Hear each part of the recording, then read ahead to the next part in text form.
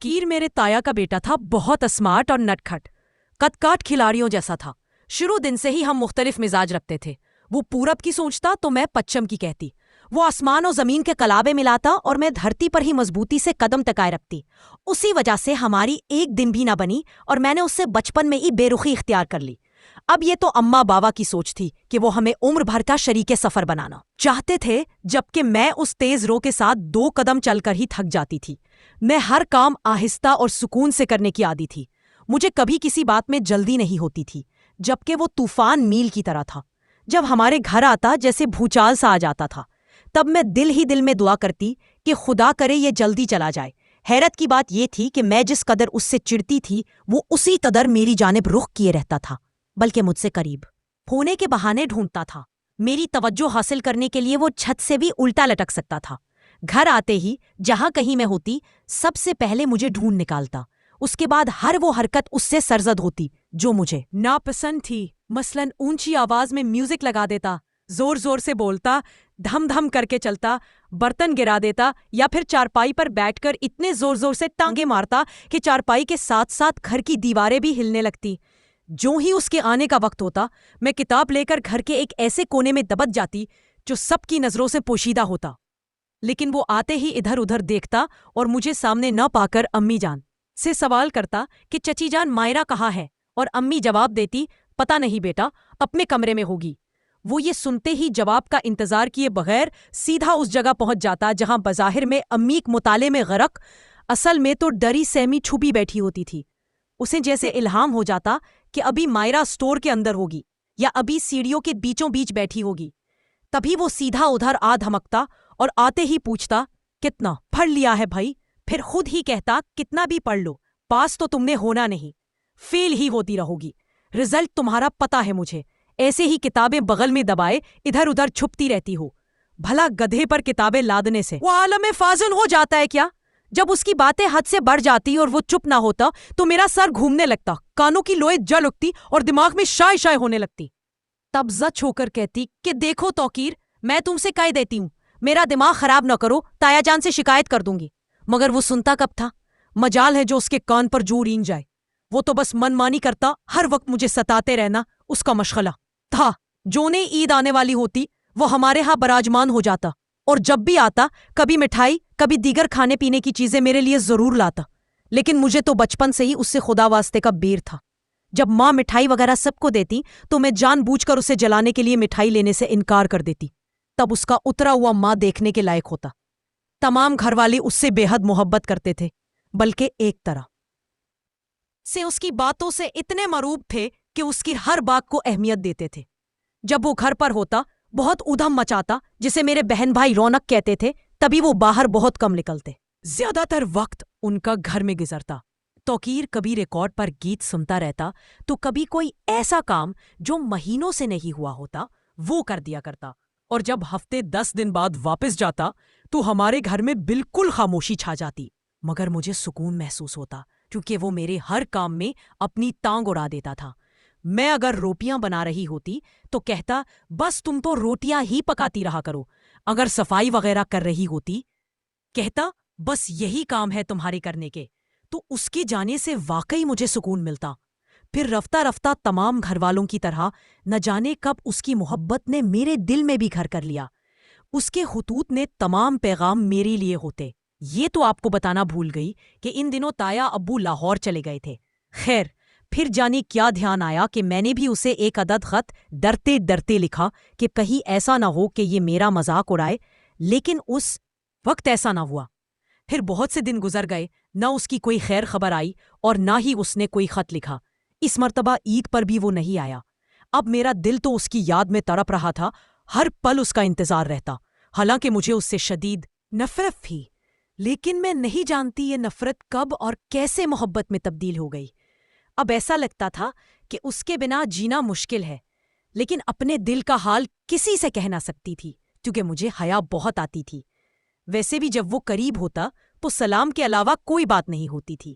اچانک ایک دن یہ خبر سننے میں آئی کہ اس کا نکاح ہو گیا ہے۔ نہ منگنی ہوئی نہ بات پکی ہوئی، یہ اچانک نکاح۔ میں بہت روئی لیکن کسی سے کچھ نہیں کہا۔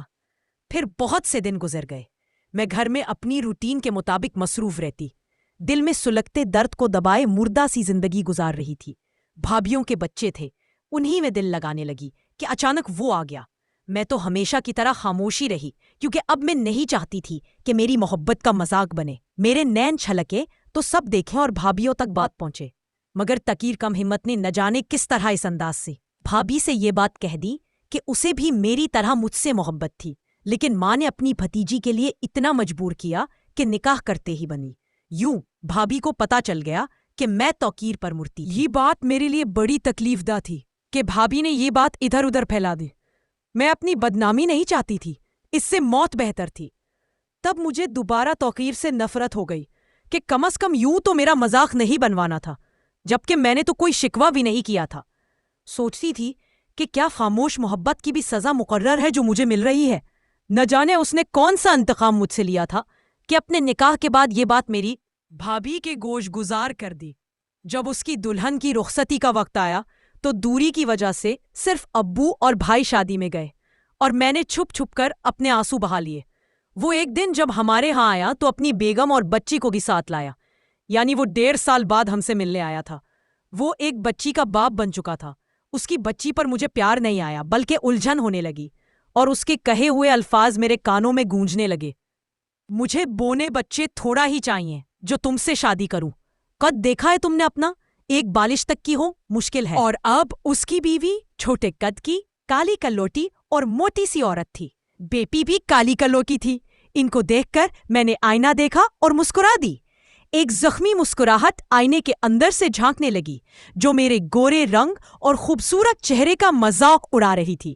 اس دن کے بعد جیسے میرے دل کے مندر پر کسی نے تالا لگا دیا، اور پھر اس دیوتا کی پوجا پاٹ بھی بند ہو گئی جو من کے سنگھاسن پر براجمان تھا۔ اب جب بھی وہ آتا اکیلا ہی آتا، حالانکہ میں ہر بار یہی دعا کرتی کہ وہ نہ آئے، مگر ہر بار وہ آ جاتا۔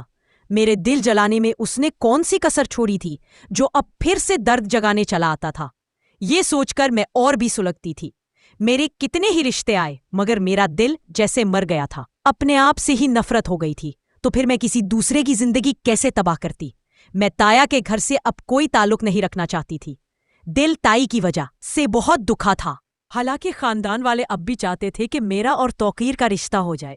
وہ اماں کا لاڈلا تھا، اگر وہ ڈٹ جاتا تو تائی موم ہو جاتی، مگر میں نے کہا کہ محبت کرنے والا تیسا ہونا چاہیے جو اعتماد دلائے، ورنہ رسوائی مقدر بن جاتی ہے۔ ایک دردانہ تھی، توقیر کی بہن، میری پیاری سی سہیلی، جس کی خاطر میں نے تایا کے گھر سے ناتا رکھا ہوا تھا، مگر اس کے ساتھ جو میرے بھائی نے کیا وہ بھی کچھ کم قیامت خیز نہیں تھا۔ کاش وہ ایسا نہ کرتا۔ وہ بھی ایک خوبصورت شام تھی جس دن دردانہ کی بربادی شروع ہوئی۔ دیکھنے میں تو واقعی ایک خوبصورت شام تھی، لیکن میں اسے اپنی پیاری کزن کی سیاہ نصیبی کہوں گی۔ بارش برس رہی تھی۔ میرا بھائی توقیر سے ملنے گیا ہوا تھا۔ جب دردانہ اگلے دن مجھ سے ملی تو اس نے کہا، مائرہ، خدا کرے ہم دونوں کو اپنی اپنی چاہتے مل جائیں۔ میں نے کہا، اچھا تو تجھے بھی کسی سے پیار ہو گیا ہے؟ بتا وہ کون ہے؟ کہنے لگی، وہی جس کا نام دانش ہے۔ تب میں خوش ہو گئی کہ وہ میری بھابھی بنے گی اور میں اس کی بھابھی۔ میں ان دنوں BA میں تھی اور بھائی مجھے ناسمجھتے تھے۔ ایک دن مجھے گھر پر کوئی کام تھا۔ میں بھائی کے ساتھ اپنی کلاس فیلو کے گھر درخواست دے کر آ رہی تھی کہ راستے میں وہ مجھ سے کہنے لگے، دردانہ کے گھر تو نہیں جانا، چلے؟ میں نے کہا، دولے، گھر میں خاموشی بہت ہے، اگر وہ اکیلی ہو تو اس سے کہو کہ ہمارے گھر آ جائے۔ کچھ تم لوگوں کے بننے کی آواز تو آئے گی، دل بہل جائے گا۔ میں سب سمجھتی تھی لیکن خاموش رہی۔ تبھی دردانہ کو میں نے پیغام دیا۔ وہ گھر آ گئی اور ہم سب باتیں کرنے لگے۔ اس کی مخاطب میں ہوتی تھی لیکن باتیں دانش بھائی کے لیے ہوتی، اور دانش بھائی خوشی سے لال گلابی ہو رہے تھے۔ یہ ایک یادگار دن تھا ان دونوں کے لیے اور میرے لیے بھی۔ اس کے بعد میں کافی دن دردانہ کے گھر نہ جا سکی اور نہ ہی وہ آ سکی۔ بھائی انتظار میں رہے، ان کے پرچے شروع ہونے والے تھے۔ پھر وہ مجھے تایا کے گھر لے گئے۔ توقیر باہر گراؤنڈ میں کھڑا تھا۔ بھائی بھی مجبوراً اس کے پاس چلے گئے اور میں گھر کے اندر چلی گئی۔ 15 منٹ بعد دانش بھائی مجھے لینے کے بہانے آئے اور دردانہ سے کہنے لگے کہ مجھے پرچے کی تیاری کرنے کی اجازت دو، ان دنوں تم سے ملاقات نہ ہو سکے گی۔ دردانہ نے کہا، ضرور، مگر جو وعدے کیے ہیں ان کو نبھانا ہوگا اور نمبر بھی اچھے لانے ہوں گے۔ اس کے بعد بھائی نے واقعی محنت کی اور بہت اچھے نمبر لائے۔ جب دردانہ کو پتا چلا تو وہ بہت خوش ہوئی اور ہمارے گھر مبارکباد دینے آ گئی۔ بھائی نے کہا کہ دردانہ، یہ سب تمہاری چاہت کا کرشمہ ہے۔ اب گھر میں یہی چرچے ہونے لگے کہ مائرہ توقیر کی ہے اور دردانہ کو دانش سے بیاہنا ہے۔ میں اور بھائی دونوں ہی بہت خوش تھے۔ تایا ابو تب تک لاہور شفٹ نہیں ہوئے تھے۔ بہانے بہانے سے توقیر ہمارے گھر کا چکر لگاتا اور دانش اس سے ملنے کے بہانے دردانہ کا دیدار کراتے تھے۔ پھر اچانک تیمہ کو اپنی بھتیجی یاد آ گئی، یا شاید ان پر بھتیجی کی محبت کا اچانک دورہ پڑ گیا۔ اب تایا اور توقیر ان سے سمجھاتے رہے، دردانہ کا رو رو کر برا حال ہو گیا، مگر تائی ٹس سے مس نہ ہوئی، بلکہ انہوں نے زہر کھا کر جان دینے کی دھمکی بھی دے دی، جبکہ یہ دھمکی تو ہم چاروں کو دینی چاہیے تھی، مگر ہم چپ مہر بے لب تھے۔ تائی اماں ایسی بے قرار تھی جیسے ان کی بھتیجی اگر ان کی بہو بن گئی تو ساری دنیا پر قیامت ٹوٹ پڑے گی۔ نکاح کی خبر سنتے ہی امی کو ایسا دھچکا لگا کہ اسپتال لے جانا پڑا۔ وہ دل سے توقیر کو اپنا داماد قبول کر چکی تھی۔